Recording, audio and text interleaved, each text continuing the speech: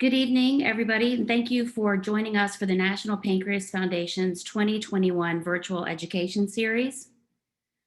The National Pancreas Foundation's mission is to provide hope for those suffering from pancreatitis and pancreatic cancer through funding cutting-edge research and advocating for new and better therapies and providing support and education for patients, caregivers, and healthcare professionals. Some of our featured programs include the National Patient Registry, the Animated Pancreas Patient, our state chapters, which provide education, fundraising, and patient support. And our physicians program include research grants, medical education, and our annual Fellows Symposium. All of our success depends on the support of many individuals and organizations. You can participate with NPF in many levels by becoming a partner, making a donation, or coordinating a fundraising event in your community, or sharing your own personal story with us. So for more information, we ask you to please email us at info@pancreasfoundation.org. After the event tonight, you will have the opportunity to fill out a brief survey about the program. Please let us know of your interest for future events, as well as your interest to get involved with us on a volunteer level. Our topic this evening is ensuring a healthy pancreas, diet, exercise, and lifestyle. Our discussion will be led by Dr. Rajesh Keswani from Northwestern Medicine. Dr. Keswani is a gastroenterologist and a nationally recognized expert in interventional endoscopy who leads efforts to improve healthcare quality. He is the medical director of quality for the Northwestern Medicine Digestive Health Center. Nationally, Dr. Keswani informs clinical practice guidelines and endoscopy training standards by serving on committees of the American Society for Gastrointestinal Endoscopy and the National Comprehensive Cancer Network. He also serves as the medical director for the Illinois chapter of the National Pancreas Foundation.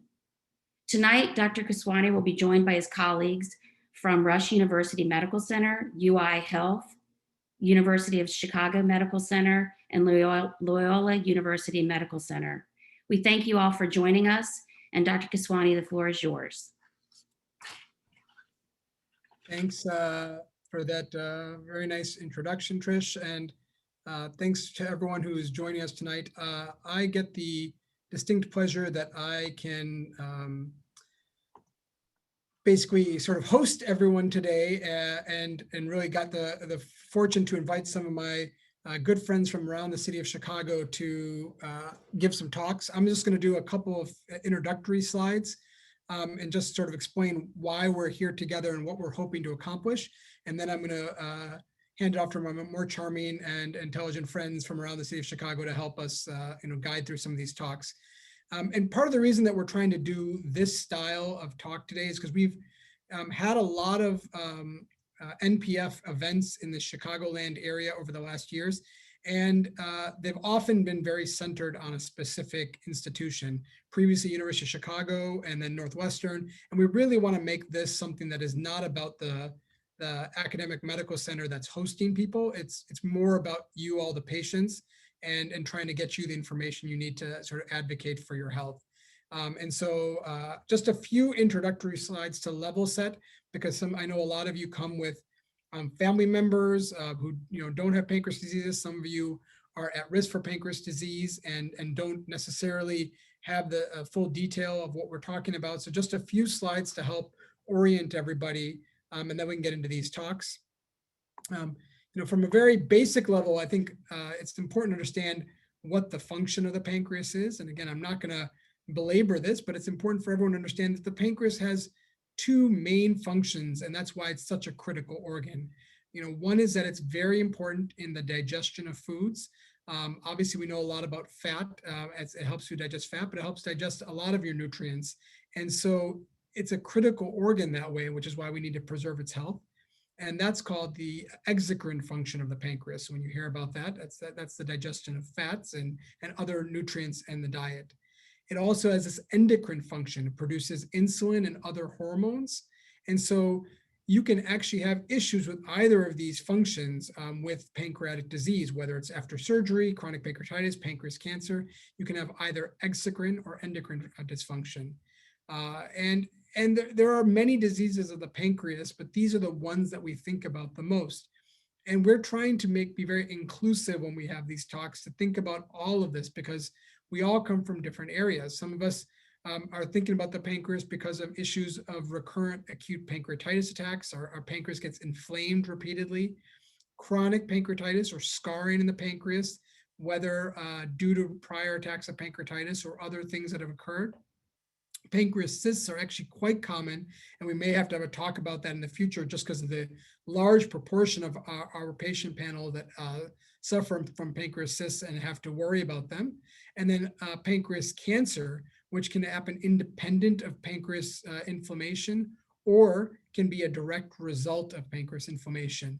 And all of these could be their own talks, but I want to try to start this seminar series really focusing on how to advocate for ourselves and prevent disease. And what do I mean by that? A lot of time is spent in healthcare, and from this statistic from the CDC, about 90% of our dollars spent in managing chronic diseases, and very little is spent on how we can prevent disease. And I would say, as clinicians, we're often ourselves at fault for this, because we spend so much time in clinic and procedures trying to make sure that we can prescribe the right medicines, perform the right procedures, become experts in all these things. And we have less time to talk to you about the things that we really need to, which is diet, exercise, what can I do to try to help myself get better? And so that's why we want to try to use this opportunity to try to focus on these things. And there are a myriad of pancreas treatment options, many of these that you've experienced yourselves or heard about for other diseases, right? There's diet, exercise, weight loss, avoiding smoking, avoiding alcohol, pain medications, pancreas enzyme replacement therapy, endoscopic therapy, surgical therapies. And it's very difficult for one clinician to try to answer all of those in a visit. And the purpose of this is to help you advocate for yourself when you see your clinician in the future. So what's our goal of these lecture series is to really understand all options to prevent and manage pancreas diseases, whether you are at risk for pancreas disease or whether you have it. And then if you can get that education, to advocate for yourself. All of us on this call would very well understand we're going to forget things sometimes. You may say, hey, you haven't checked my vitamin levels in a while. Should we be checking for those things? That's the sort of relationship you want to build with your provider, to really be a partner rather than just sort of a recipient of information. And so we're hoping that these sort of things can help you advocate for yourself. So, again, I don't want to belabor this. I would just sort of the housekeeping before we get to the talks. There is a Q&A function at the that you can see. You can ask a question, and I will try to get to that question with the speaker directly after their talk, if it's a quick question, or we'll have a Q&A at this end where our whole panel of speakers will be able to sort of answer that question together. You've already heard from Trish. They're the best ways to get more information after today, not just from your clinician, but also from the NPF website, which is just really a wealth of information, okay? And these are our talks today. We're very fortunate. And again, I think we've been very cognizant that we should try to get more representation from all of our clinicians from the Chicagoland area. And so we're really fortunate that these physicians have donated their time today. One thing is, we're not going to just have physicians speak in the future. We want to have dietitians. We want to have surgeons. We want to have everyone speaking on how we can improve the health of our pancreas. But today we're fortunate to have 4 other pancreas experts in the Chicagoland area speaking. Dr. Yazici will be speaking initially on diet in the pancreas, separating fad from fact. And then Dr. Nagpal will be speaking from University of Chicago on smoking and alcohol and pancreas disease, and is there a safe amount? And Dr. Shastri from Loyola will be speaking on exercise doesn't make a difference. And finally, Dr. Singh from Rush University will be speaking on pancreas insufficiency, making the diagnosis and managing the symptoms. And so we'll have all of us available at the end for some Q&A, and again, some questions in between. But first, I'm thankful to have my friend from University of Illinois speak first on diet and pancreas, separating fad from fact. And I'll let you share your screen now.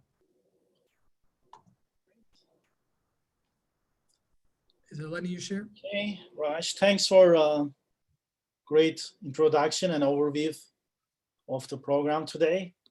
And I just want to start by thanking National Pancreas Foundation for giving the Illinois chapter the opportunity to start this educational series. And I'm going to cover diet and the pancreas, and also special thanks to Trish and you for putting all the effort, and also all of our guests for joining at this time of the day. So I have no financial disclosures, and you already addressed it briefly, Raj, but I want to start by covering the burden of pancreatic diseases here in the United States. As we all know, acute pancreatitis is a major cause of gastrointestinal hospitalization. It resulted almost $2.6 billion healthcare expenditure in 2009, and it's perhaps growing further. And around 20% of acute pancreatitis patients, they develop recurrent disease and they require readmission.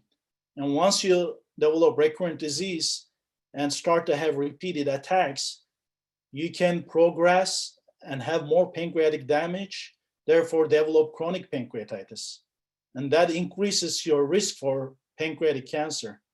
So that is why I want to share this figure with you, that we understand the spectrum of pancreatic diseases. We don't just look at it as an isolated single pancreatitis episode.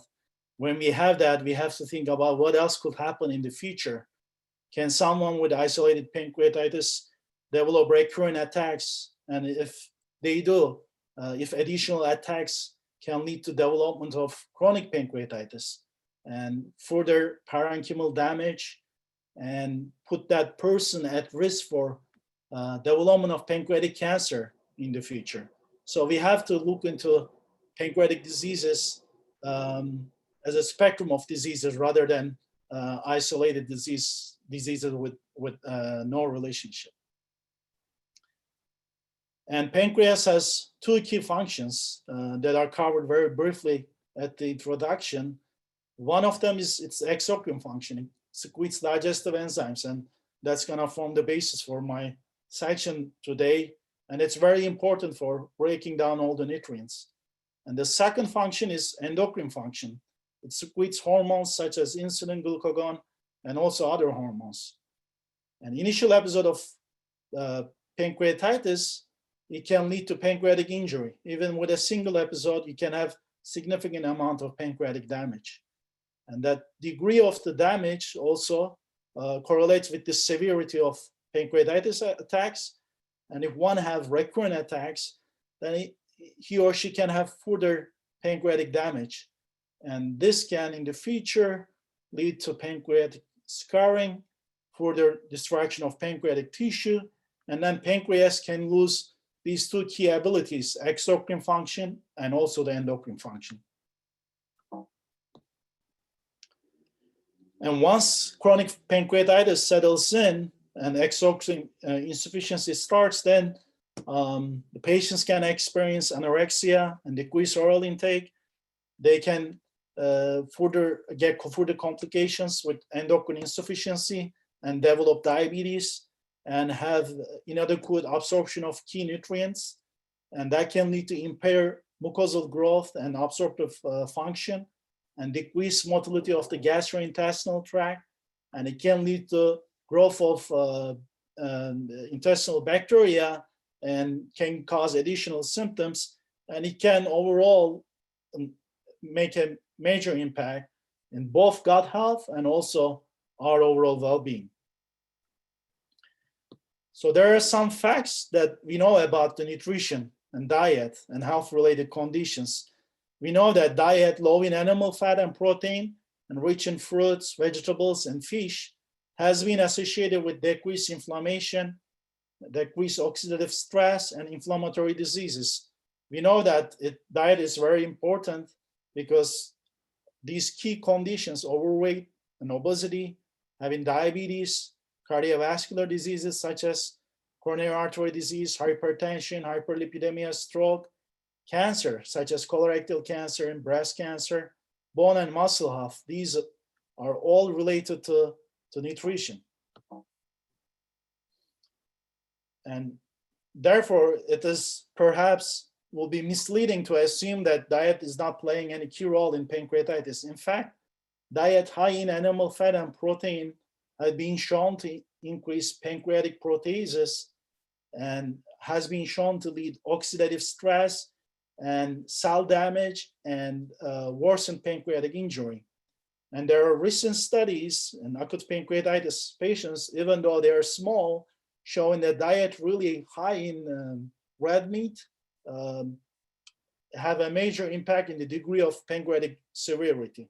And also there are really large epidemiologic studies, both from United States and also Asia, revealing a strong association between diet, particularly high red meat intake, and increased risk for acute pancreatitis. And likewise, the amount of fiber intake in the diet also impacts acute pancreatitis, but in a negative fashion, which means the food components, the nutrients really high in fiber, such as vegetable and fruits and grains, they actually are good metabolically, and they are good for gut health, and they decrease the acute pancreatitis risk. So what are the potential mechanisms for these?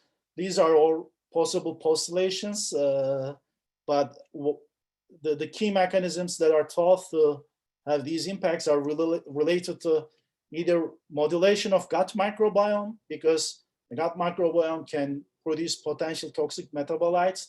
They can affect our gut health and also pancreatic health. And also such nutrients can lead to visceral adiposity, body fat composition, and obesity, which we know also increases the acute pancreatitis risk.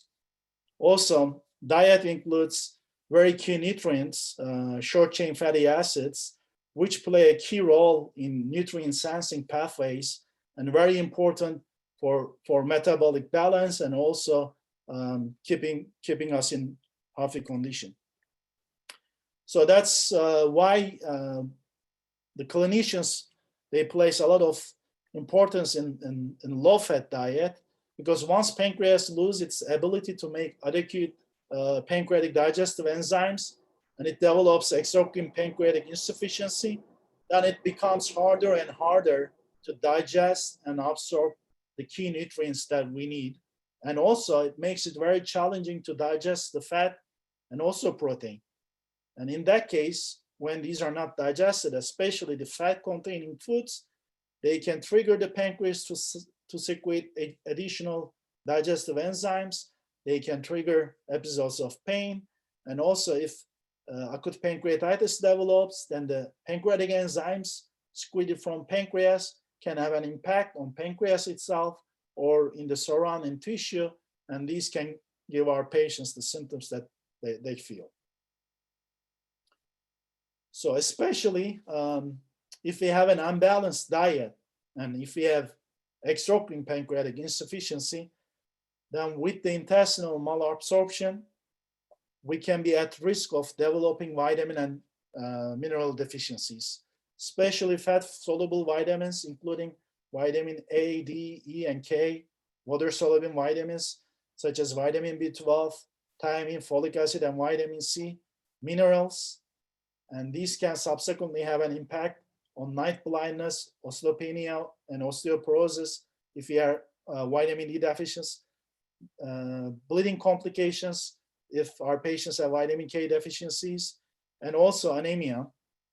And that's why pancreatic enzyme replacement becomes an important, and it will be covered later on during the evening, especially if we have a really nutritious diet. And if we have the pancreatic enzyme replacement therapy, at least even if we have the pancreatitis, we can still help with the digestion of the fat and protein and absorb required vitamins. And if we put it into a real-time situation, what is a low-fat diet or balanced diet that we are talking about? And there are USDA guidelines for 2020, 2025. And actually, if we just follow these guidelines very closely, we will be in that range.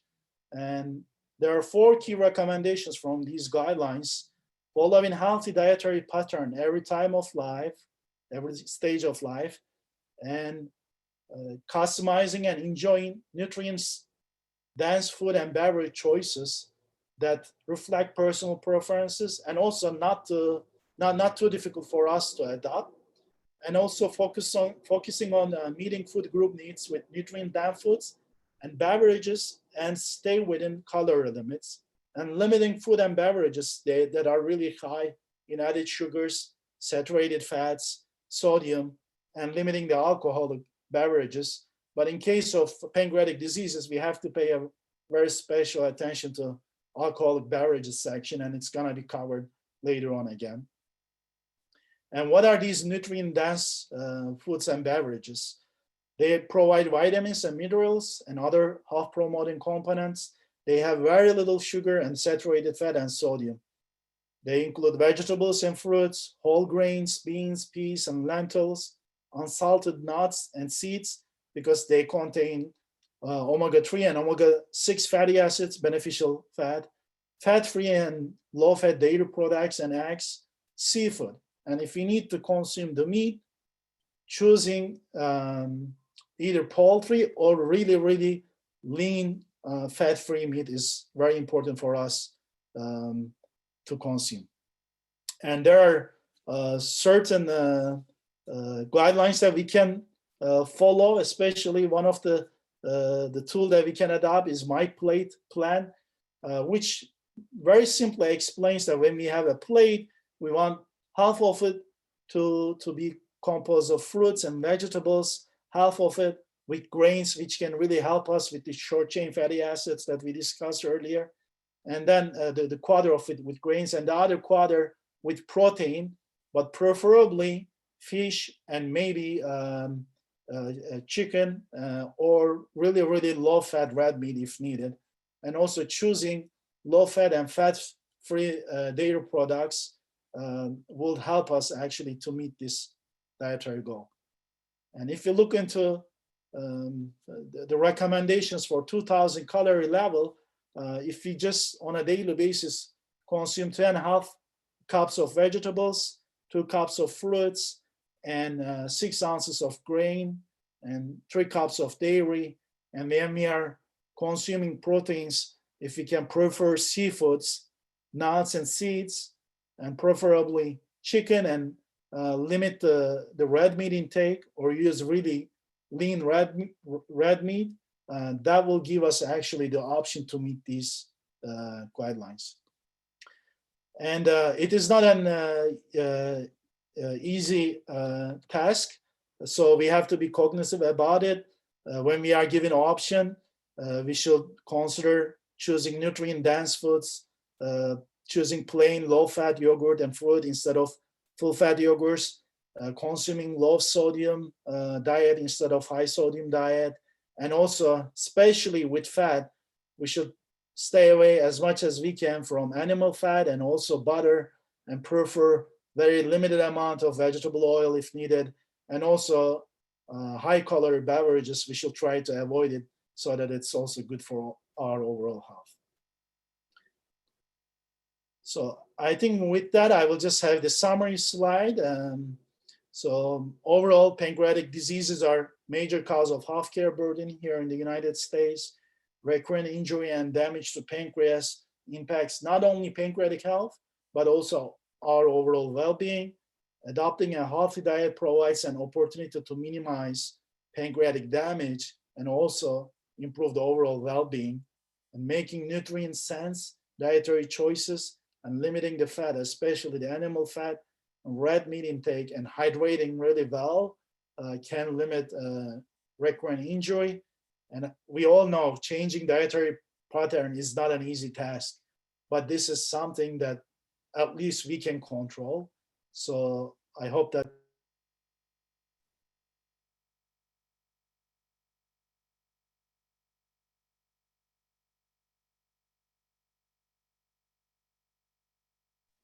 You got muted at the very end. Do you want to unmute? There you go. Oh, now unmute.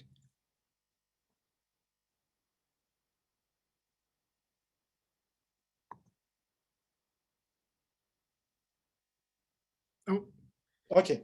yeah, there you are. Good. So thank you for that. That was excellent. And it was definitely makes me not want to eat a cookie later. So thank you for shaming me and eating healthy. Just one quick question. We'll do that for you now while we're thinking about switching over. And the question was about things like a vegan diet. A lot of what you say is what I tell patients too, which is essentially trying to be less and less meat reliant, because that's the best data we have in terms of trying to prevent cancer. Do you advocate vegan diet, something close to vegan diet? Do you think vegan with fish? And then what do you think the protein sort of target should be? I'm sure like you, like me, you want people to work with a dietitian to sort of formulate an exact diet, but so how do you sort of fall on that line about meat intake in general? Yeah, I mean, vegan diet, it's not mandatory, but I think if you have a vegan diet and fish intake on the side, or let's say chicken breast, really, really lean, but white meat, that will be, I think, a good supplement for protein source. Even for the red meat, we want that to be limited as much as possible. And if you really need to consume it, then going with the lean meat is perhaps the best option, and limiting the portion sizes and frequency of it, maybe once a week, really lean red meat instead of meat with a lot of animal fat, or white meat with a lot of fat. That will perhaps may trigger additional symptoms. And of course, working with nutritionists or dietitian definitely is something we also recommend, and sometimes share with our patients and refer them to our nutrition clinic as well. So that's great. Just one plug that the NPF has just come out with a amazing cookbook that hopefully all of you have gotten information on. I believe Trish might try to put the link in the chat, but she's definitely going to send it in an email later. So be on the lookout for that as well. That's going to be very helpful to be able to give you some additional ideas for healthy dietary guidance. And again, I see more questions. I will answer them with the panelists as we can in the Q&A at the end. But in the interest of continuing on time, I'm going to welcome Dr. Nagpal from University of Chicago to talk about smoking and alcohol in the pancreas disease. Is there a safe amount? Thanks so much, Raj, for the introduction, and thanks, Dr. Yazici, for such a great presentation on diet and pancreas and pancreatic disorders in general. Certainly lays a very good foundation for what I'm going to be talking about today briefly. I'll just take a second to share my screen here. Just want to make sure it's You're good. We can see. All right, sounds good. So, I'm going to be talking about smoking and alcohol in pancreas disease, and I'll try to focus a little bit on if there's a safe amount. We get this question in the pancreas clinic a lot. Patients have had prior history of pancreatitis, or even patients with family histories or who've never had pancreatic disease will often ask me if they should be, if there's a safe amount they could consume alcohol in. I have nothing to disclose as far as conflict of interests are concerned. So over the course of the next few minutes, I'll essentially be talking about pancreatitis in general. We'll split the talk into acute pancreatitis and chronic pancreatitis. And Dr. Yazici briefly mentioned them, and I'll kind of build up on that. And then I know the talk is focused on pancreatitis today. So very briefly, just one slide on pancreatic cancer and the role of these conditions, because, as we spoke about, these pancreatic conditions are it's kind of like a spectrum, and they tend to flow from one condition to another rather than being distinct disease entities. So alcohol and pancreatitis, Dr. Yazici also mentioned this briefly. So acute pancreatitis is sort of like a swelling of the pancreas. It's something that happens over a short period of time, usually presents as painful attacks of pancreatic inflammation, They develop suddenly. They can last for days. It accounts for about 220,000 cases every year. So certainly makes it the most common cause for gastrointestinal admission in the United States. And one out of these 3 cases is related to underlying alcohol use. There are other causes of pancreatitis as well. The presence of gallstones is one of them. Certain metabolic disorders can cause them. Genetic disorders are responsible for a minority of cases of acute pancreatitis. Certain medications are thought to be responsible as well as certain pancreatic abnormalities. Usually, acute pancreatitis presents after a long period of alcohol use, and by that, that's 4 to 5 drinks over several periods, sometimes even decades of alcohol use. But there's data to suggest that even large binges of alcohol over a short period of time can lead to acute pancreatitis. And this data is even more convincing for hard liquor as opposed to beer or wine. But certainly there's good signals in literature that binges of hard alcohol can lead to acute pancreatitis. So some people are thought to be more susceptible to acute pancreatitis than others. This is thought to be attributable to either underlying pancreatic structural problems or genetic disorders or a general predisposition to develop acute pancreatitis, which is why there's a wide variation in terms of the exposure history for patients that present with alcohol and acute pancreatitis. When acute pancreatitis happens multiple times in the same patient, it leads to something called chronic pancreatitis, which is scarring of the pancreas, sometimes associated with the formation of stones. There's also destruction of the normal pancreatic tissue, which leads to something called pancreatic atrophy, which is basically shrinking of the pancreas. And with that, the normal cells in the pancreas that make insulin are the ones that actually produce the enzymes that are required to digest our food. They shrink in size as well. And this leads to a condition called chronic pancreatitis. There's more and more data coming up in patients who don't have prior history of alcohol use, or if they never knew they had a pancreatic condition or pancreatitis, and they still can develop chronic pancreatitis, but this seems to be a minority of patients, usually with some sort of underlying genetic problem like cystic fibrosis, and newer genes are being discovered as well.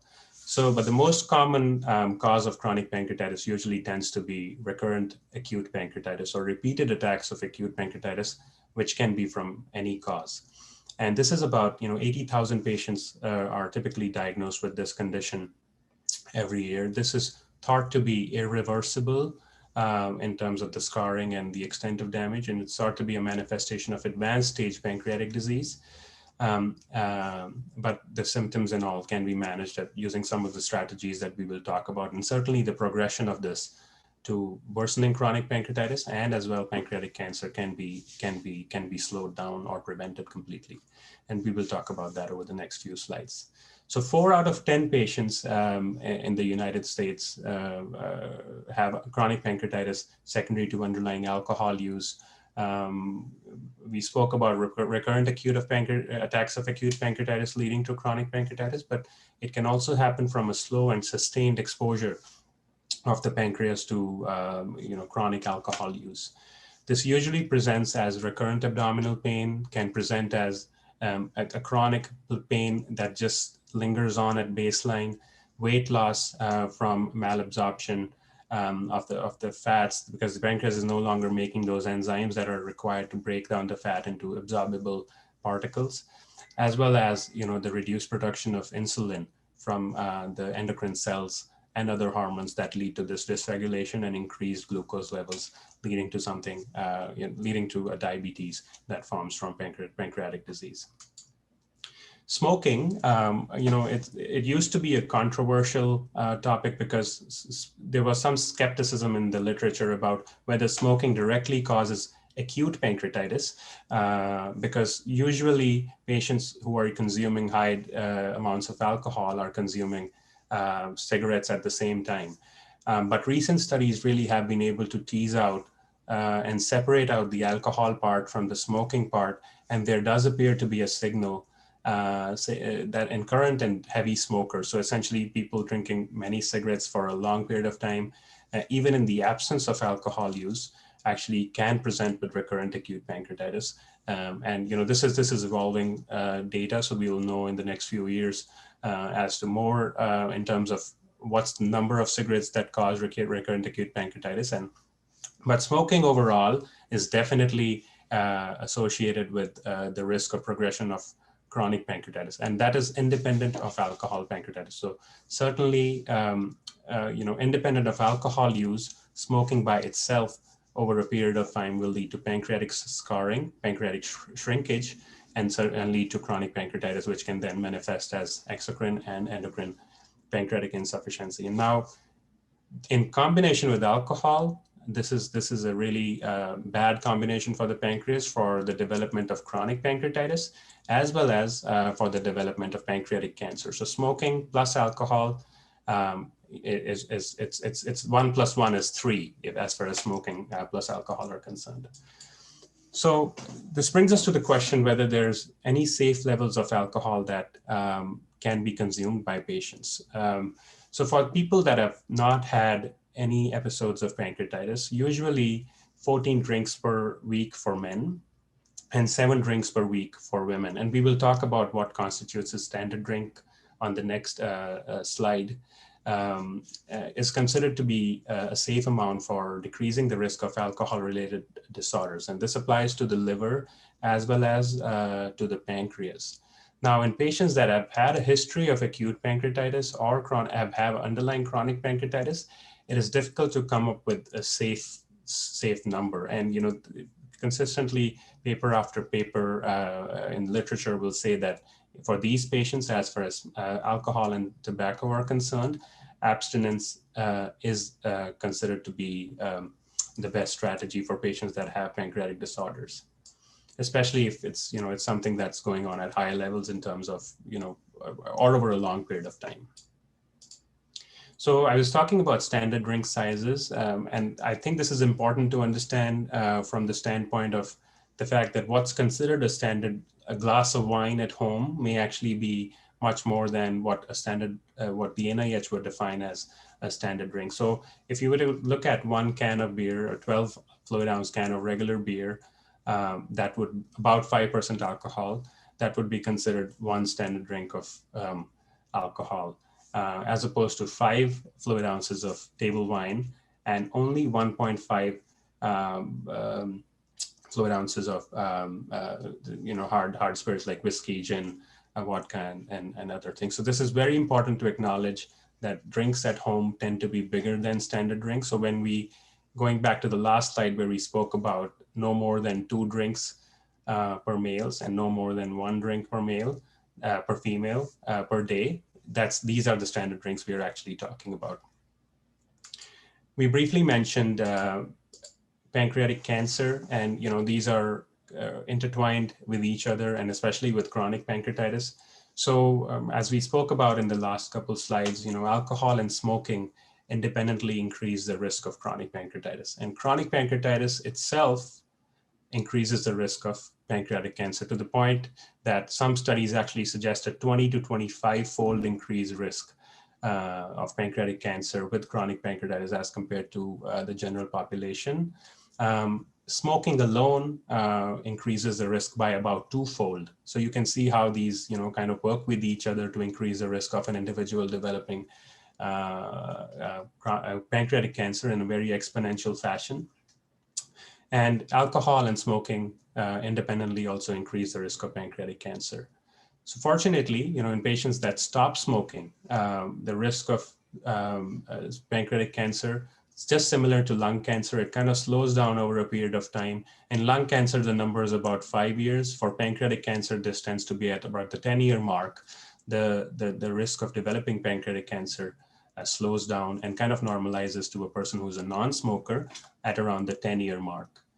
And it's an interesting figure when we say that if we were to eliminate, hypothetically, if we were to eliminate smoking in the United States overnight, over the next few years, we would see 25% of the pancreatic cancer go down.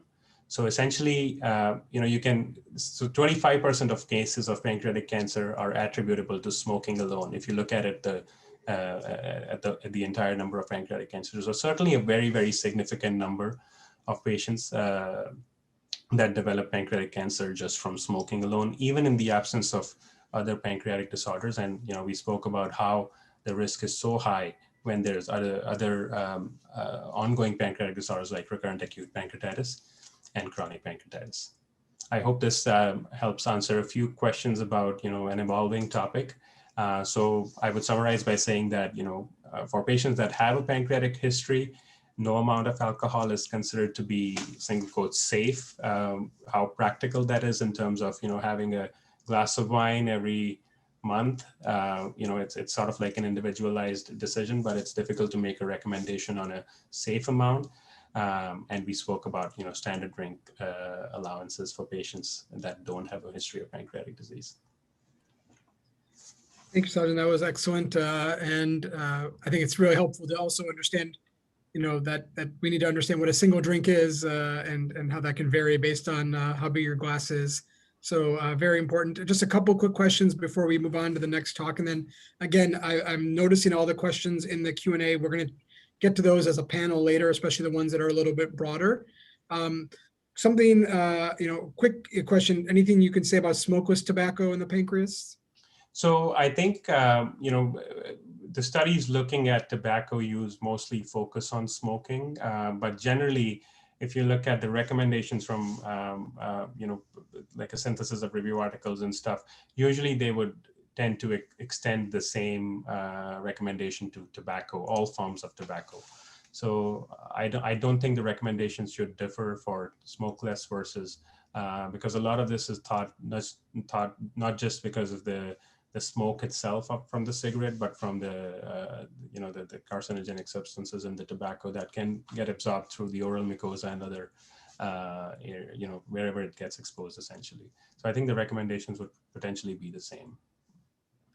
Yeah, that's great. And I think one other question that is coming up in a few different forums, and I'm curious what your take on it is, and then actually, we'll maybe touch on it again in the Q&A. Is let's get down to it again. Is there, for people who are at risk, hereditary pancreatitis or people with a genetic predisposition for pancreas cancer, what do you counsel your patients on? And is there, if they truly can limit themselves to one standard drink a day, do you feel from the data that you've reviewed that increases their risk of malignancy or progression of pancreatitis, either of those diseases? Or do you feel that one drink a day is a safe amount? Usually what I tell my patients is that it's difficult to walk out of my clinic with a history of, because everybody's risk is different. And I usually tell them that my recommendation would be abstinence. And if looking at the data, I would imagine, like you say, one actual standard drink of wine per day for a male patient, for example, even with a prior history of pancreatitis. Personally, I don't think the risk would be that high. Now, for various reasons, and these things obviously tend to, once I say this to a patient, it kind of, I don't want to give a bad signal in the sense that I'm kind of allowing alcohol use, and by the next time I see them, it's things have obviously progressed. So it's difficult to find the precise amount for that reason, and I'm sure we all deal with the same conundrum when we see patients who have had a history of alcohol use leading to pancreatitis. It's kind of like giving a green signal to have a drink again. That said, personally reviewing the data, I think what we are recommending is certainly less than what the guidelines recommend. And let's say somebody had one isolated episode of pancreatitis 10 years ago, and that may or may not have been from alcohol use, and they ask me, is it okay if I have a drink of glass with dinner? And it's a small glass, I'd probably say, yeah, that's fine. I think in the era of patient satisfaction, I think most of us would say that probably a drink is a day is good. And again, there's no data, I think, to suggest that it's harmful. The people that we worry most about are people who've had. I would counsel, just like you said, that individual risk may vary based on so many factors, like their underlying genetic predisposition to developing chronic pancreatitis, or more importantly, pancreatic cancer. So it's really difficult to come up with the exact number. Yeah, it's just, you want to avoid the slippery slope, but I think we probably all agree a drink a day is probably insignificantly increase any risk. It's just, you always worry about what that means for everyone, as you well pointed out. So maybe we can touch on that a little more in the Q&A and see what the others say in their clinic as well. But just in the interest of time, again, I will get to other questions in the Q&A, so don't think I'm ignoring them. I'm happy to invite Dr. Shastri to speak to us from Loyola about exercise. I'm sure that he's going to do some push-ups for us during the talk just to show us the appropriate method to get your exercise in daily. And so, Nikhil, if you want to share your screen, we're looking forward to your talk. All right, thank you. Let me share the screen here. And actually, the exercise demonstration components for the next talk that we give. So we'll have like a physiotherapist from Loyola to do that part. So I'll cheer him on. Let me share my screen here, guys. And can you guys see that okay? Perfect, thank you. Thank you. So I was tasked with discussing exercise and the pancreas. You know, it's an interesting topic. I think it's important for general health, although admittedly this is less of a data-driven talk and more about kind of what we can do to help ourselves as best we can as we're kind of struggling with the throes of different pancreatic diseases such as acute pancreatitis, chronic pancreatitis, pancreatic cancer. So I'll try to keep this brief, and hopefully this will stimulate some questions in the Q&A later or the panel discussion. I have no disclosures. So the objectives, really the things that I want to briefly touch on, and again, this is not to be a PowerPoint on physiology, but more just a touch on why I believe exercise may be important. Is, you know, we'll talk a little bit about exocrine and endocrine function, and then the effects of exercise on the diseases that we've been tasked to discuss: acute pancreatitis, chronic pancreatitis, pancreatic cancer, and maybe just touch on alternative therapies as well. So, I mean, physiology, and what I mean by that is really the physiologic dysfunction that occurs in the pancreas, and, you know, what can we do to help those disease states? The big one, you know, as Dr. Yazici and Nagpal clearly pointed out, there's endocrine and exocrine function of the pancreas. Endocrine function really being the hallmark disease state being diabetes, which obviously is extremely prevalent in the United States and worldwide. And that's why it's important, because your pancreas plays a large role in that disease state and in glucose homeostasis. And so if we can affect that, we're helping quite a large number of patients. And although this may be not the primary interest of many of our attendees today, certainly those patients who have a history of acute pancreatitis or chronic pancreatitis or pancreatic malignancies, they're at risk for developing diabetes. So potentially this is something that you're at risk for and maybe we can affect. In short, with diabetes, you see a decrease in insulin production or beta cell function, or insulin resistance, which is really a decrease in the action of the insulin that you have or that you're developing. And that resistance is multifactorial in terms of what causes it: autoimmune conditions, free fatty acid production, inflammation, inflammatory cascades that go along with autoimmune conditions that go along with pancreatitis, et cetera. Fat deposition within the body and within the pancreas itself may play a role in terms of your insulin activity and insulin production and mitochondrial dysfunction within the pancreas. When we talk about exocrine dysfunction, we're talking about, you know, the hallmark disease states of chronic pancreatitis and pancreatic insufficiency. So with that, you have acinar or ductal cell injury, and that injury, again, is a multitude of causes, and it's a very long list, but high-level bullet points that I wanted to mention are, you know, genetic causes or familial causes. Mechanical causes are loss, such as surgery, chemical injury, like in acute pancreatitis, or inflammatory injury in acute pancreatitis or other inflammatory conditions. This results in, you know, loss of digestive enzymes, malabsorption, and nutritional deficiencies. So starting with the initial insult, you get this cascade of problems that goes afterwards. So, you know, hopefully, I guess what we'd like to know is, well, how can we improve any of the origins of these disease states or the sequelae of these disease states? And, you know, does exercise play a role at all? And there is some data to suggest that exercise is helpful. And some of it is direct observational studies, and some of it is kind of intuitive or presumption based on, you know, animal models and that sort of thing. But briefly, there's a lot of evidence to suggest that exercise can affect your endocrine function. So patients who are diabetic, non-insulin dependent, or pre-diabetic, they see immediate effects with exercise, and those effects happen, within 20 minutes of an exercise routine and can last up to 48 hours later, depending on the length and the intensity of your exercise routine. And those patients will see improvement in glucose transport metabolism and mobilization of sugar to their muscles for utilization. They'll see improvements in their lipids and on how their body utilizes fats. They'll see improvements in how their liver function and how their liver function manages blood sugar. And they may even see decrease in pancreatic fat levels and body visceral fat levels. Along with this, and with sustained exercise, you can also see improvements in insulin sensitivity. And again, that improvement in insulin sensitivity comes from affecting all those other hosts that first cause the problem with insulin resistance. So in general, exercise clearly impacts the effects of the endocrine pancreas. And it can help actually manage the disease state of diabetes as well, particularly in those patients who are either pre-diabetic or non-insulin dependent diabetics.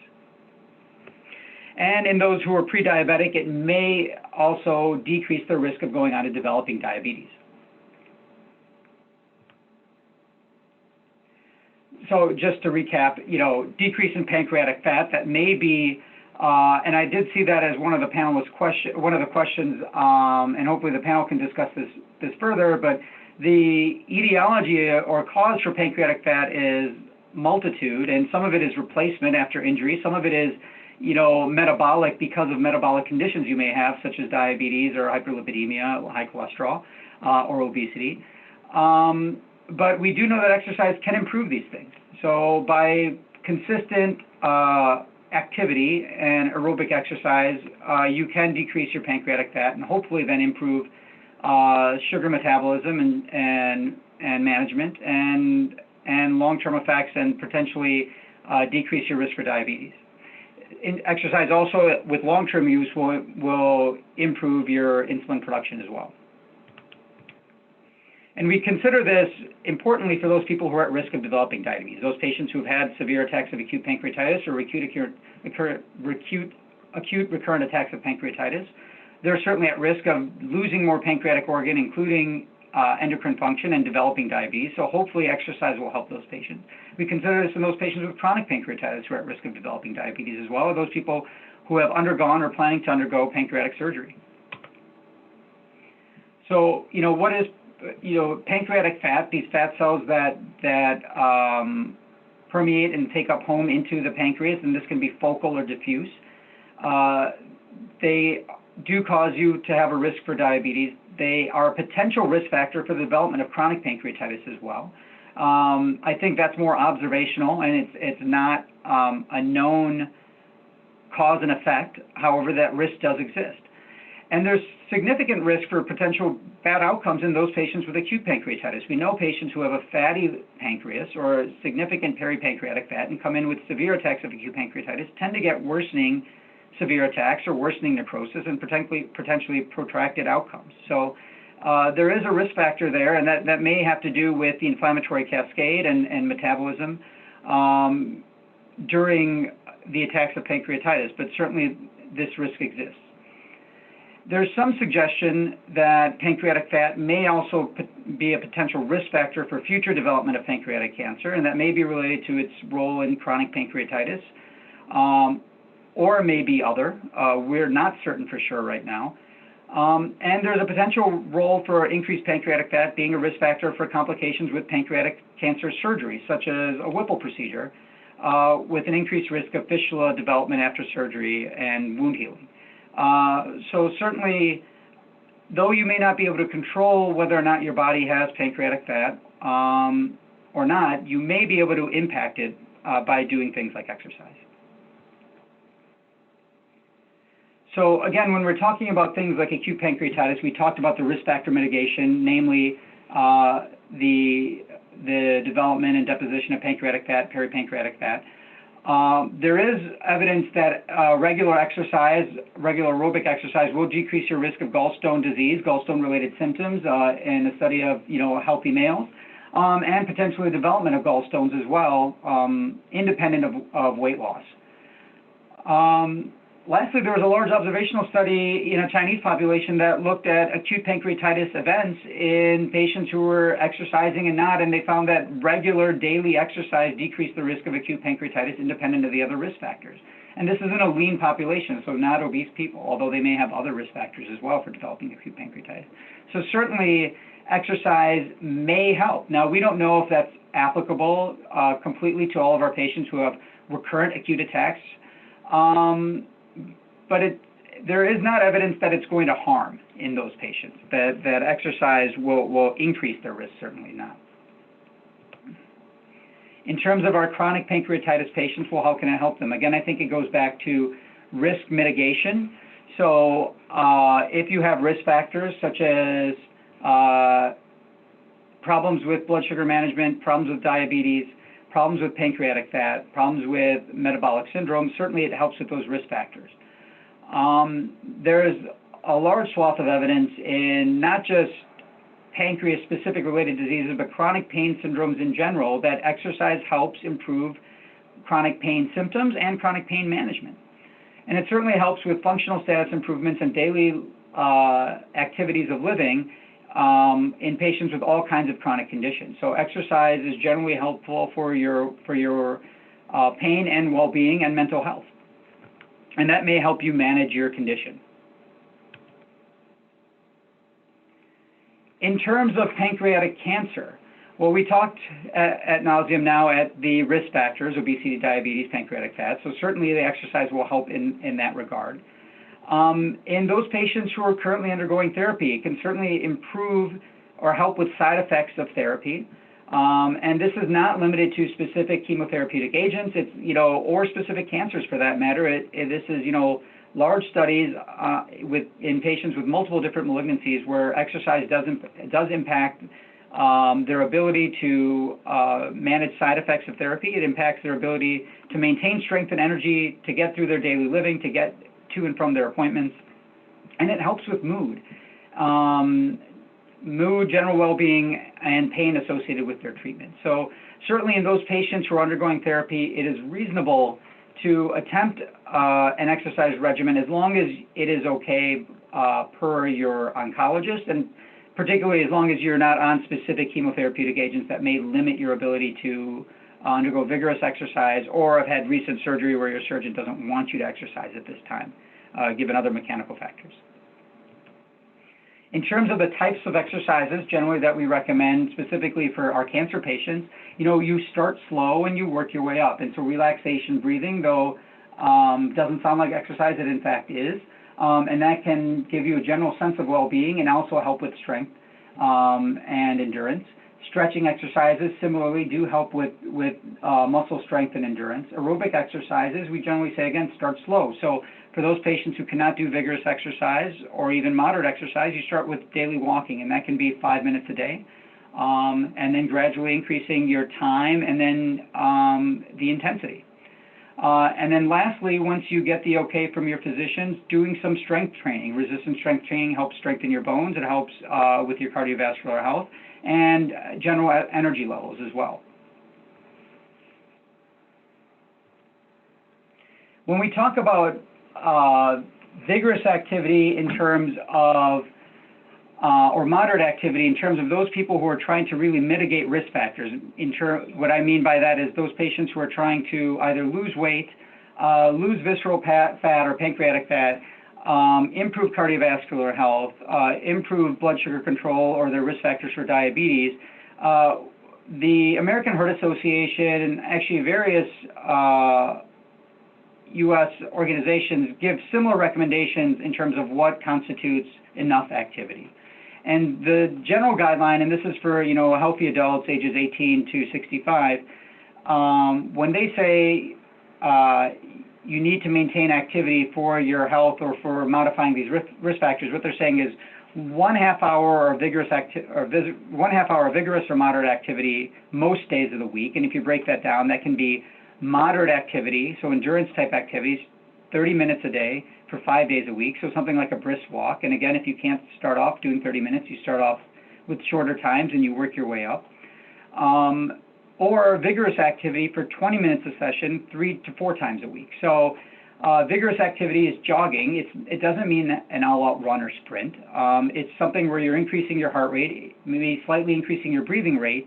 It's a little hard, but it's not laying you out, right? So that's what vigorous activity is. You don't have to be playing a game of tennis or racquetball each time, or sprinting. You want to just get your heart rate up, your breathing rate up, and you want to sustain it. And then that would constitute vigorous activity. The general recommendation for all adults, regardless of age and regardless of disease state or modification, is that you should perform some sort of activity that either maintains or increases your muscular strength and or endurance for at least twice a week, and that's for your general health. And it's important to note only because if you take the average American, most of us do not do that bare minimum at this point in time. And so, you know, when we talk about exercise, there's the benefits that you hear about, you know, all day long about your cardiovascular health, respiratory, breathing health, weight management, diabetes. I think now we can add to that, you know, patients with specific problems like pancreatitis, chronic pancreatitis, pancreatic cancer for general well-being and potentially helping modify their risk for worsening disease. And there's a variety of exercises that you can perform, and this little schematic here shows you that all of this, you know, all these little stick figures are performing things that count as exercise, and quite a few of them are actually vigorous exercises. And you can mix and match to get your 20 minutes in a day. I would say that, you know, we should mention, is there a downside to exercise? I think that, you know, the quote at the bottom, running is not just exercise, it's a lifestyle. I think that's applicable to all exercise regimens that you take in, right? So it requires continuous long-term effort. Doing it one time, one day, 1 week is not really sufficient to modify your risk factors or really improve your health. This is a lifestyle, a lifelong sort of change that you have to commit to. It's a significant time commitment when you're talking about every day or up to 5 times a week, and so you have to really schedule it into your life, and that is why it becomes a lifestyle commitment. There's certainly injury risk with any sort of exercise. Depending on how vigorous it is, it may be greater or less. And then specifically for our patients with cancer who are on specific chemotherapeutic agents, some of them may not be allowed to get their heart rate up, depending on the agent they're on. Some of them who recently had surgery may not be allowed to do certain sorts of activities. And so that's why it's good to review any exercise plan that you have with your treating doctors at that time. And then, of course, recovery post-exercise can be tough, especially in the beginning, those first couple of days after a rigorous workout when you haven't done it for a while. Well, that's tough to recover from, and you have to keep going to get yourself to the finish line. And just briefly, one last slide on alternative therapies. Just because we're talking about treatments for acute pancreatitis, chronic pancreatitis, pancreatic cancer, I just wanted to mention this. I think this really could be a talk unto itself. But, you know, if you can't physically exercise for a variety of reasons, there's other things you can do to help manage your symptoms. And that's, you know, stress reduction using techniques like meditation and yoga. Improving your sleep in a variety of ways that people can improve your sleep, but we know that improved sleep decreases stress hormones, it improves stress hormone regulation, it improves your insulin sensitivity. So again, one of those risk factors for developing pancreatitis or pancreatic cancer. It improves your management of pain. And then lastly, you can get help from your physicians and GI behavioral medicine. Myself personally, I'm fortunate enough to work with a GI behavioral psychologist. So she does GI psychology for managing symptoms of GI conditions. So my pancreatitis patients, my cancer patients, and then my patients with other GI conditions like IBS and achalasia and swallowing problems. Many of them have sought and received benefit from cognitive behavioral therapy, self-hypnosis, ways to manage stress, manage your symptoms, focus on the other aspects of your life and get through your day without requiring medications and other interventions. So I just wanted to throw that plug out there for them. I'm happy to take any questions at this time. Thanks for that. I think it's really important to sort of put this as almost like a prescription, right? That we should be trying to do this for all of our patients, whether they have pancreas disease or at risk for it. So I appreciate that. One question that came up is sort of how to introduce exercise safely when you have chronic pancreatitis or chronic pancreas pain. and you find that exercise is making your symptoms worse, right? And how do you balance that? And I'm not sure there's a perfect answer, but I guess the way I'd rephrase that question is it possible that exercise actually hurts your pancreas? Yeah, I mean, I think that's a good question. I don't know that exercise hurts your pancreas per se, but I do think that it can exacerbate symptoms that feel like your pancreas, right? So I think we've all experienced those patients that once you have this inflammatory bomb in your abdomen, anything or any kind of movement in that region stimulates similar pain, and visceral and belly pain sensitivity is not the same as our fingers. You know, what I like to tell my patients is, if I have you close your eyes and stick out your hand and I take a pin and I touch your pinky, you tell me exactly what I'm doing. But if we do that with your belly, it just doesn't work. I can poke your pancreas, I can poke the abdominal muscles, I can poke your stomach, and it all feels kind of the same. You feel pain in that area. Those pain receptors are all hyped up. And so I don't know that exercise in and of itself causes pancreatic pain, although if that area is sensitive and damaged and still healing, I think exercise can exacerbate symptoms that you're having. And then I think it's time to take a step back and say, okay, maybe I just need to take it slower. And that can be frustrating to somebody who was exercising regularly before and now has to learn to kind of relearn to exercise, right? But I think taking it slow and taking it day by day is probably the best prescription in that regard. Yeah, and I think you said it perfectly, and I'll just sort of emphasize that I don't think the exercise makes your pancreas worse, but definitely the nerves around your pancreas can get irritated, and it's not that you're damaging your pancreas if you feel that pain. So that should be reassuring. You still don't want to feel the pain, so you have to sort of balance that out, and that's where things like medications or behavioral medicine, like you mentioned, or just taking it slow can be helpful. So all very helpful. Thanks, Nikhil. And then just in the interest of time, we'll move on to our final talk so we can get to a few questions at the end as well. I have the pleasure of asking Dr. Singh to talk about pancreas insufficiency, making the diagnosis, and managing the symptoms. Ajay, are you able to share your screen? Yes, give me.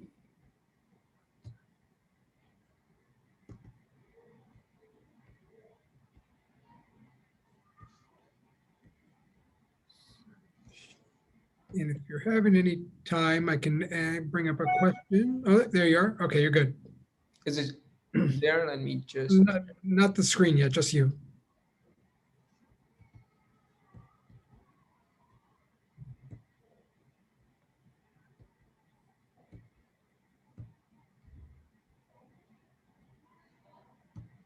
I'm just gonna, while you're getting that set up, I'm gonna answer one of these questions that I see online or on the Q&A.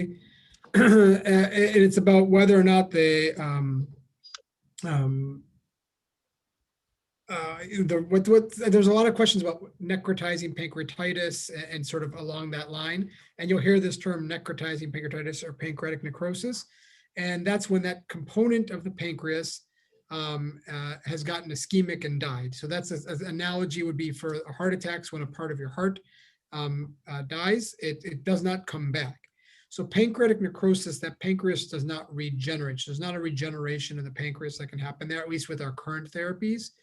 Pancreatic necrosis occurs in about 10% of attacks of acute pancreatitis. So it is not uncommon, but it does represent a more severe version of pancreatitis. Luckily, you can still lead a very full life with a portion or a significant portion of your pancreas having had necrosis occur to it. So we'll try to answer more of that in the Q&A because I think Ajay's slides are up now. Are the slides there, Raj? Yep, Sorry yep. about that. You're great. Yep. Hi. Sorry about that. Thanks, Raj, Trish, and PF, all my colleagues from Chicago, and everyone who has tuned in. I'll be briefly talking about pancreatic insufficiency, which we see in most of our patients with chronic pancreatitis, but also in patients without chronic pancreatitis, how to make the diagnosis and treating the symptoms. No disclosures.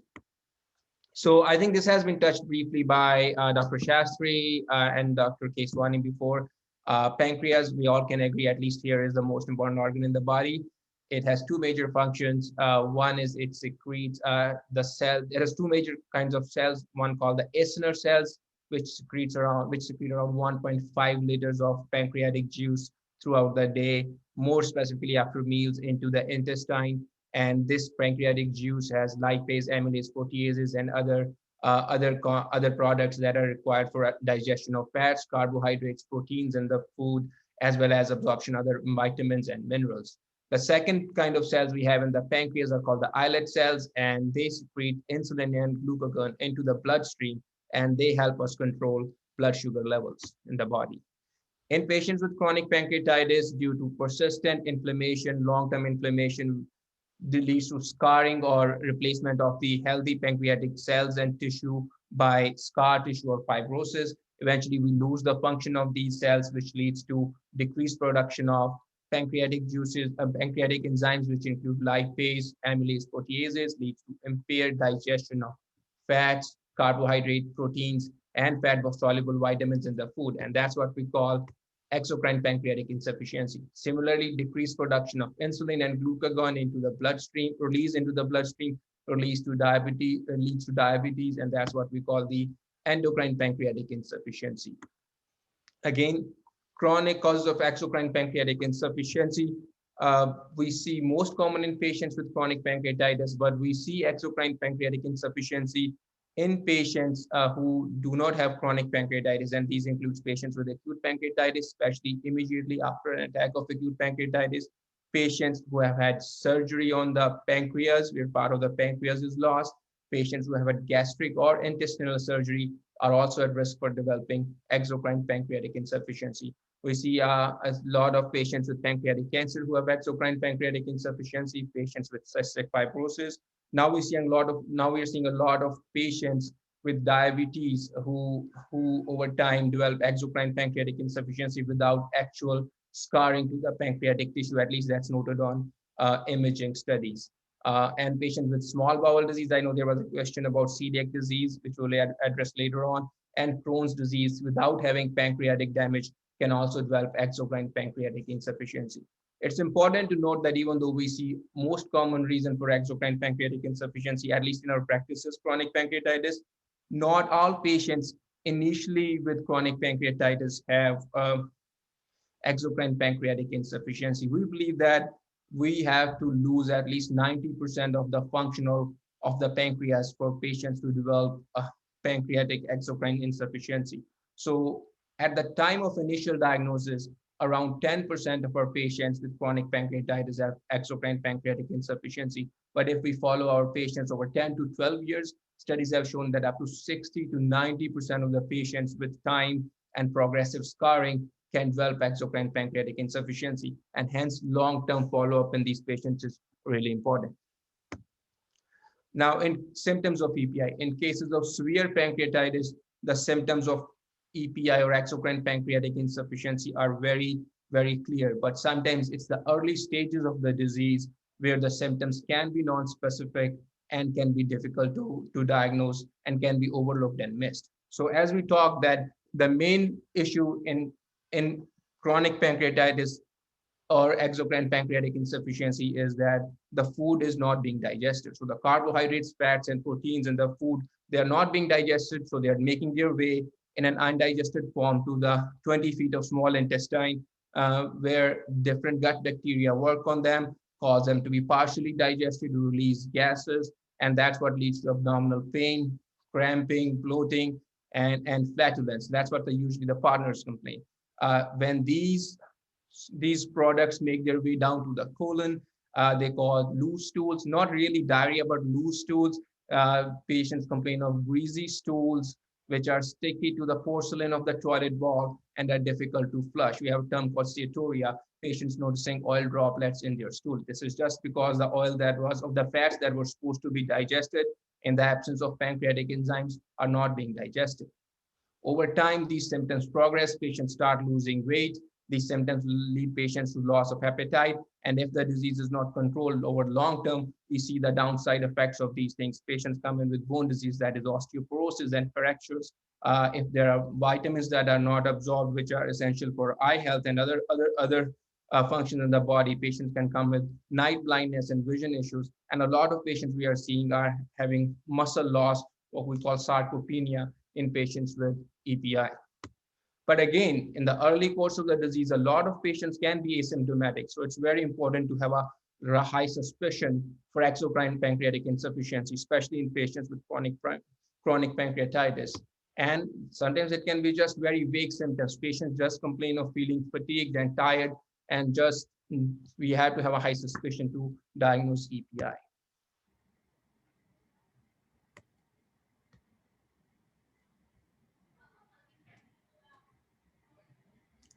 Just like the symptoms, making a diagnosis of EPI can be very easy, but sometimes in some situations it can be very challenging. Just like the symptoms, if the disease is severe, if patients have severe calcifications in the pancreas, or it's very obvious they have scarring of the pancreas, and then they have malabsorption, sometimes it's a very chip shot. Okay, likely it is most likely EPI.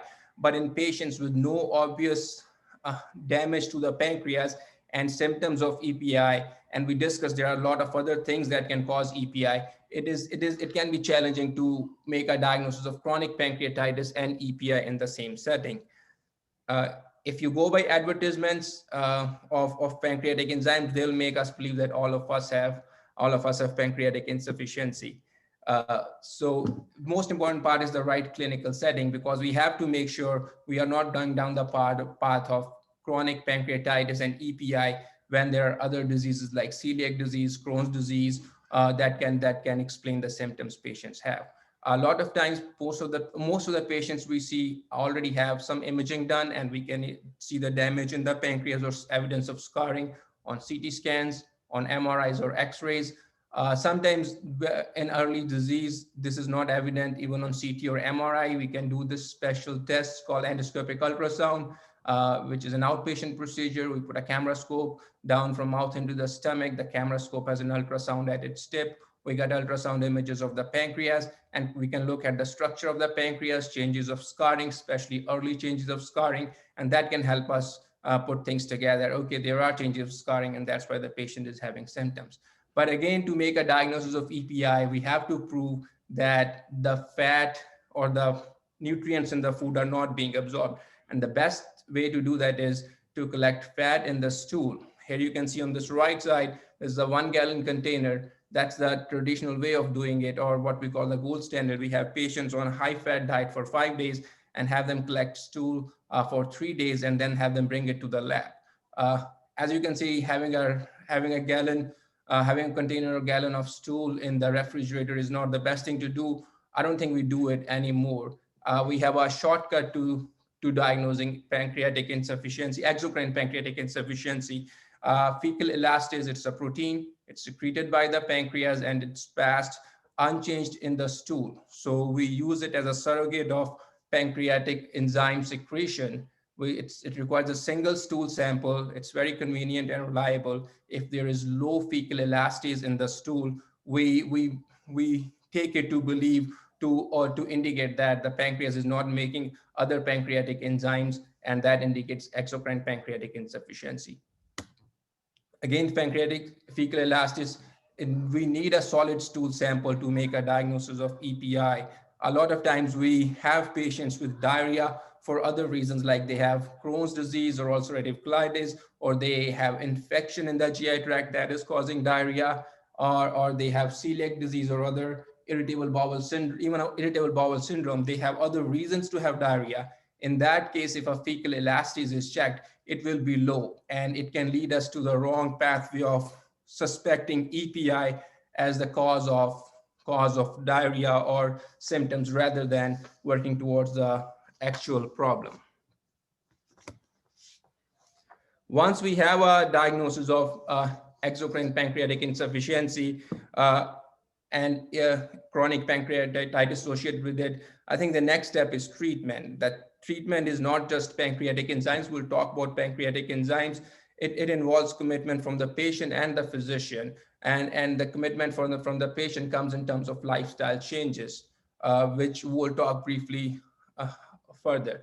And then for us, it is very important to figure out an underlying cause of chronic pancreatitis and EPI, because a lot of times if we find a cause that can be treated and prevent further damage to the pancreas, a lot of downstream complications, which we can see over 5 to 10 years, can be prevented. Patients with EPI do develop vitamin deficiencies, so vitamin supplementation is important. But what is most important is that patients with chronic pancreatitis and with exocrine pancreatic insufficiency do need a team approach. It's not, you have to have a gastroenterologist who will likely be the quarterback. It is ideal if the gastroenterologist is a pancreas specialist, and you have to have an endocrinologist who will be managing your diabetes. You'll have to have a primary care physician to monitor your blood, monitor your cholesterol levels, your blood pressure, your cardiac health. Dietitians play a very important role in guiding the nutrient part and what diets to take, what to avoid. And then pain is a very important part of patients with chronic pancreatitis. So we work very closely with a pain specialist.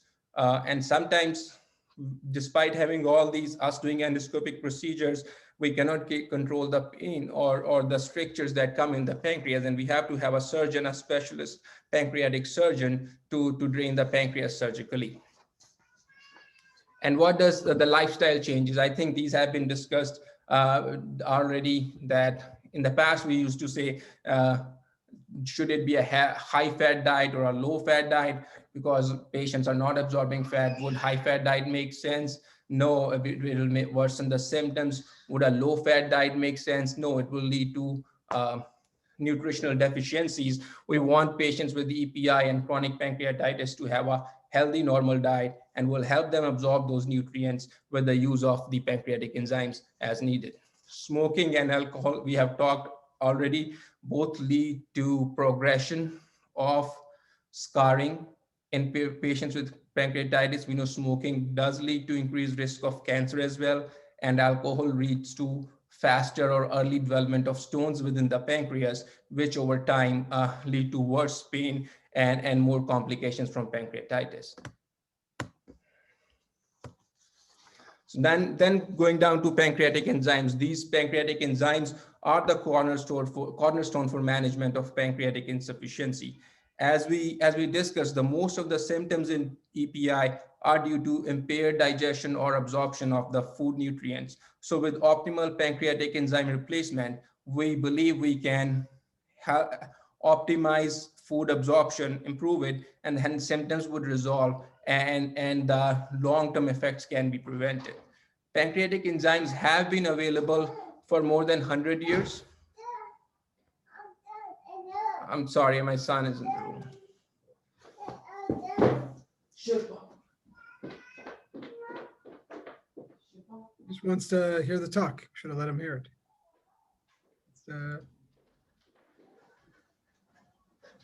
I am so sorry, my son walked in.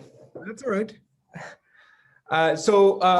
We have most of the pancreatic enzymes we have are porcine derived, that is pig derived pancreatic enzymes. They contain amylase, lipase, and protease, which is the main components we need to absorb the food. Pancreatic enzymes have been available for more than 100 years, but the enzymes were mainly unregulated. In 2006 to 2008, there were so many formulations available that FDA decided to come up with regulations for these enzymes. And now we have 6 brands which are FDA regulated. I put the names down there, and there are multiple different dosages that we have for these. The next question with pancreatic enzymes is dosage, how much we should be taking. And I think there are no good guidelines. It varies from patient to patient. It varies on patients' residual pancreatic function.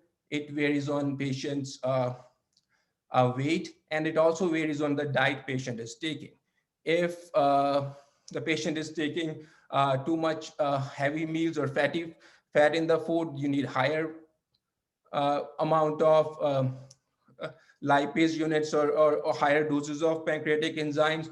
And if it is a lower amount of fat, you need lower dose. Then the next question is timing. When do you take pancreatic enzymes? With the meal, in the beginning of the meal, in the middle of the meal, or at the end of the meal? There have been multiple studies, but there hasn't been anything very conclusive. The whole goal of pancreatic enzymes is to kind of replicate that as we are eating food, our pancreas is releasing enzymes. So if we say if it is a brief meal, like patient is eating food, which would a meal which is like 15-minute meal, I would say just take pancreatic enzymes in the beginning of the meal. If it is a regular meal taking 15 to 30 minutes, half of the dose in the beginning of the meal and half of the dose in the middle of the meal. And for lavish meals or meals more than 30 minutes, they can split, those can be split 25% in the beginning, half in the middle, and 25% towards the end of the meal. Again, it's very important to work with our dietitians because patients can develop magnesium and calcium deficiencies, fat-soluble vitamins like vitamin A, D, E, and K, vitamin B12, which over time can lead to bone loss and muscle loss. So dietitian follow-up, routine labs, and assessment and bone. We want all of our patients with chronic pancreatitis to get a bone densitometry done because of the high risk of osteoporosis, and then close follow-up with endocrinologists. Now, is there any good way to say once we start patients on pancreatic enzymes, is it working? There's no good way to document or to prove it's working or not, but most of the patients do report us that they are feeling better. We usually see patients within 3 months after starting pancreatic enzymes. Weight loss usually stops, steatorrhea resolves, and quality of life is better. And once we get to that stage, we keep seeing patients every 6 to 12 months for long term. There are times when pancreatic enzymes are not working, and then we have to address what is going on and why are they not working. A lot of times it is that they are not being taken the way they should be taken. Sometimes they are not being taken right with the first bite of the meal. If you're taking it half an hour before the meal or after the meal, that would work. Sometimes those needs adjustment. As we discussed, there are multiple factors which can affect the dose you require: your body weight, your residual pancreatic function, and the amount of fat in the diet. So if you're eating big meals, but you are not taking the right amount of enzymes, you will have steatorrhea and symptoms. And sometimes the pancreatic enzymes can be deactivated by the acid in the stomach. Though most of the enzymes, at least 5 of the 6 that are approved by FDA, are coming in an enteric coated forms, that they are not degraded by the stomach acid, especially if they are taken with food. But sometimes we have to start patients on acid medications, even 2 acid medications, to increase or improve the response. Again, if it's not working, we have to look for other diseases. Does the patient have Crohn's disease or celiac disease or bacterial overgrowth, or has had surgeries that could put them at risk for EPI? And then one thing we always worry about, what if it is something worse than chronic pancreatitis? Because we know patients with chronic pancreatitis are at risk for pancreatic cancer. And if they continue to lose weight despite being on the right amount of pancreatic enzymes, we want some imaging sometimes to make sure there's nothing else going on. I think it's just a conclusion summary of the slides. Thank you, everyone. And sorry about that. Nothing. I don't think there's anything to apologize about. That was excellent. Thank you. Just wanted to touch on one quick question, and hopefully everyone else can join for a few questions. I know we're running late, and I'm cognizant it's a Thursday night, and everyone needs to sort of get back to their families. But over-the-counter digestive enzyme supplements, do you have any opinion on them? The stuff that you can buy at Whole Foods or Target? What do you think of those in terms of pancreas enzyme replacement therapy? And you can start us off, Ajay, and then give me other thoughts from the rest of the panel.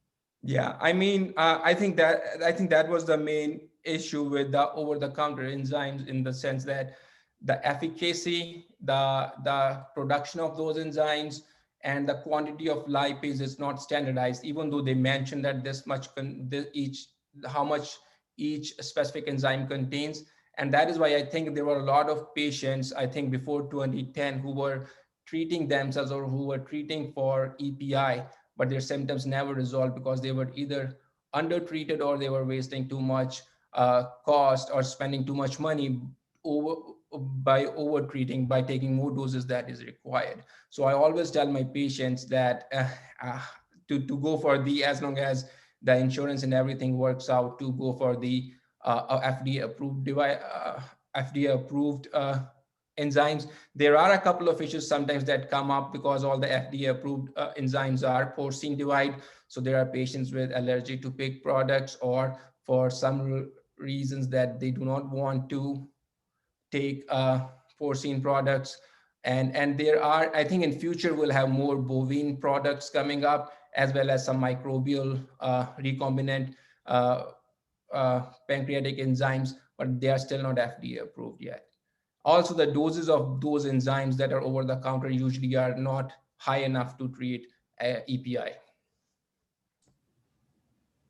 Excellent, thank you. And just to sort of open it up to the rest of the panel, I think a couple of questions have come up about a lot of, I guess the fair way to say it, a lot of concern about chronic pancreatitis.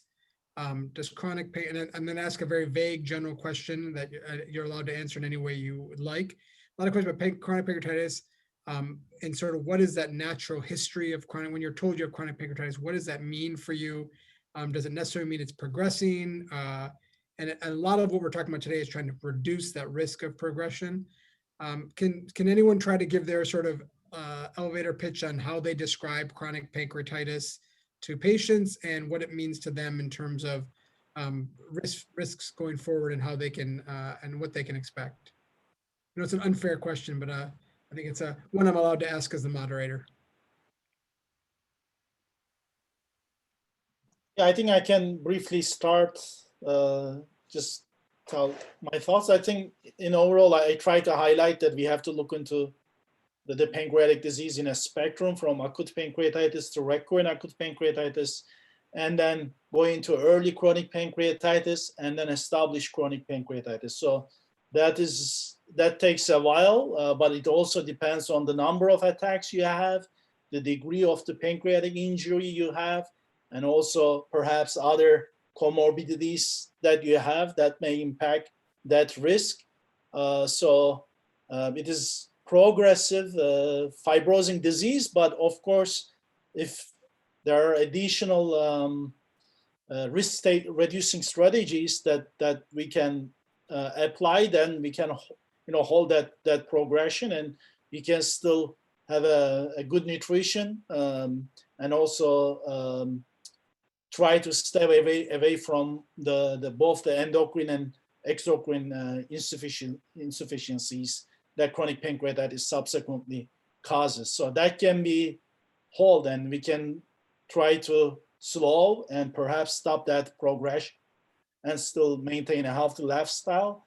And that will, in long term, perhaps will decrease the risk of progression into potential pancreatic cancer, which is one of the major concerns for our patients. Yeah, thank you. That was excellent. A couple of easy questions for now that you did the hard question. A couple easy questions. Coffee and caffeine. Sajan, you want to take that one? Just you did drinking alcohol, so maybe you can do drinking in general.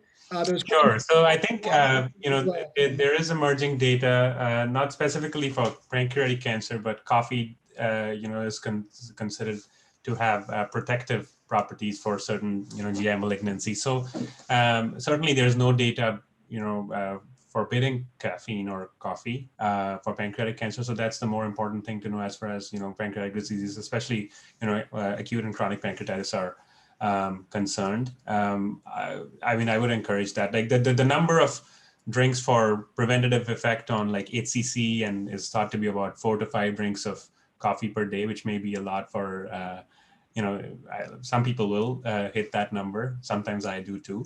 So I think I would encourage the use of coffee. Except then next week when we have the, heartburn panel, people on that one too. So yeah, but he makes a point, which is that a lot of these studies that show coffee is protective, they're using and drinking a lot of coffee. But many of you are worried that coffee, there might be some danger to the pancreas from caffeine or coffee, and there's no. And yeah, just to kind of build up on that, like I think flavonoids and other antioxidants, one of the few things that are actually consistently seen to be beneficial in chronic pancreatitis is antioxidants. Even in all guidelines, and coffee does have a lot of antioxidants, and so does green tea and other things as well. So definitely encourage that. And a question we sort of keep circling around, but it keeps coming up. So Nikhil, I'm going to give you a shot at trying to give your thought on it. A lot of questions still about sort of physicians recommending very restrictive fat in diets for patients with pancreatic disease. And I think all these questions suggest that we need to have all of our great dietitians do one of these as well, which we've done in the past, but maybe do it on Zoom. But how do you counsel patients on fat intake in terms of excessively restrictive or versus just sort of a number you try to give them in terms of grams per day? Yeah, so I typically don't give them an exact number in grams per day. I think that's more difficult, and maybe it's because I'm not a dietitian, right? So to go through their daily diets and like carve out meals, I find that a little bit more difficult. We talk in large swaths, and I'm fortunate enough to be able to work with dietitians who can then help patients out with that. But usually our conversations center around where they are in the phase of their pancreatitis or pancreatic disease, right? I think if it's acute, particularly if it's early on within the first month or two, it's pretty restrictive. And I think it has to be because there's evidence that it will increase their symptoms of pain because of, stimulating the pancreas and enzyme production. I think similarly for those patients who have severe necrotizing pancreatitis, they also have significant effects from fat. And so it's pretty restrictive then on. But I agree with Ajay. I mean, I think that eventually patients should be eating a healthy diet. And that's, low in red meats and saturated fats. You're trying to eat lean protein and, polyunsaturated fats and that sort of thing. And so I typically advocate for things like baked meats like baked chicken and turkey and fish and that sort of thing, and monitoring their fat intake. And really simple things for patients are like avoiding fast foods and avoiding processed foods. I think that goes a long way, but I don't give them a specific grams per day intake sort of thing. Now, I think for those patients who are on chronic enzymes, they tend to know what they can eat and what they can't eat, right? I mean, they know when they need to take extra enzymes and what they can afford and what they can't, and what gives them significant symptoms. And so sometimes that's the best marker of what they should be doing. Yeah, and I'll just add the reason I try to avoid being very excessively restrictive about people's fat intake is they tend to substitute that for carbs. That has its own really negative consequences, as you've seen from some of this as well. So that's where this balanced diet comes about, of trying to be a little bit more wholesome about the food you're taking in. One question that I don't actually have a good answer for, so I'm hoping to just get anyone who can wing it, which is non-alcoholic wine. Do we have any data that that's dangerous, or non-alcoholic beverages in general? I don't know of any danger except for the carbohydrate intake of that as well, but has anyone sort of experienced that as a potential precipitant for pancreatitis? Not really. I think the main issue would be the sugar intake. Obviously, that goes. And a lot of these our patients with pancreatic diseases do have the diabetes, and I think somebody asked the name of the developed that the diabetes so type 3C diabetes, as a result of direct pancreatic damage. So I'd be careful, but otherwise, I did not come across anything that would increase the risk of pancreatitis just from a non-alcoholic product. Yeah, I would say that there's some ancillary stuff about those patients who have problems with alcohol or prior problems with alcohol, that if they go down that slope of starting with non-alcoholic, similar beverages, they end up going back to alcohol. So that's my other concern with patients who are drinking non-alcoholic beer and wine. But otherwise, I would agree. I think it's the carbs is the biggest issue. There's a lot of questions that we're going to have to get to on a text message, because I know that everyone has to go soon. I think that a couple of quick hits that we can maybe just roll out, because I want to know what the answers are. Does anyone know of any tests that are being developed to diagnose EPI based on a blood test? The only thing I will say is that a consistently low lipase, we know is probably associated with a chronic pancreatitis. So that blood test may be helpful if someone tells you your lipase is always very low. That probably means something. Any other blood tests that people with pancreatic diseases should be checking for in terms of pancreas insufficiency that you all look at? I think the other alternative to stool test, which is not commonly used, is a breath test for malabsorption, but there's no blood test for diagnosis of EPI. But obviously we do blood tests to diagnose vitamin deficiencies like vitamin D and B12 deficiencies and other fat soluble vitamin deficiencies. Excellent. And a couple of questions that are pretty involved and complex that I'm going to try to answer. We can answer on the emails later about, really some good detailed nutritional questions. But one question that came up more related to pediatric, and we'll try to close on this question, and more a pediatric question, but I want to broaden it out a little bit, which is bone density scans, and do we monitor for bone health issues in patients with chronic pancreatitis or pancreas insufficiency? What do you all do in your practice? Obviously a lot of people check vitamin D levels and things of that sort. Anything else that's being done for your patients, and what would you advise? Maybe we'll start with Ajay, since you're on my screen right now, and then we can sort of all rotate through that and then maybe send a final few words.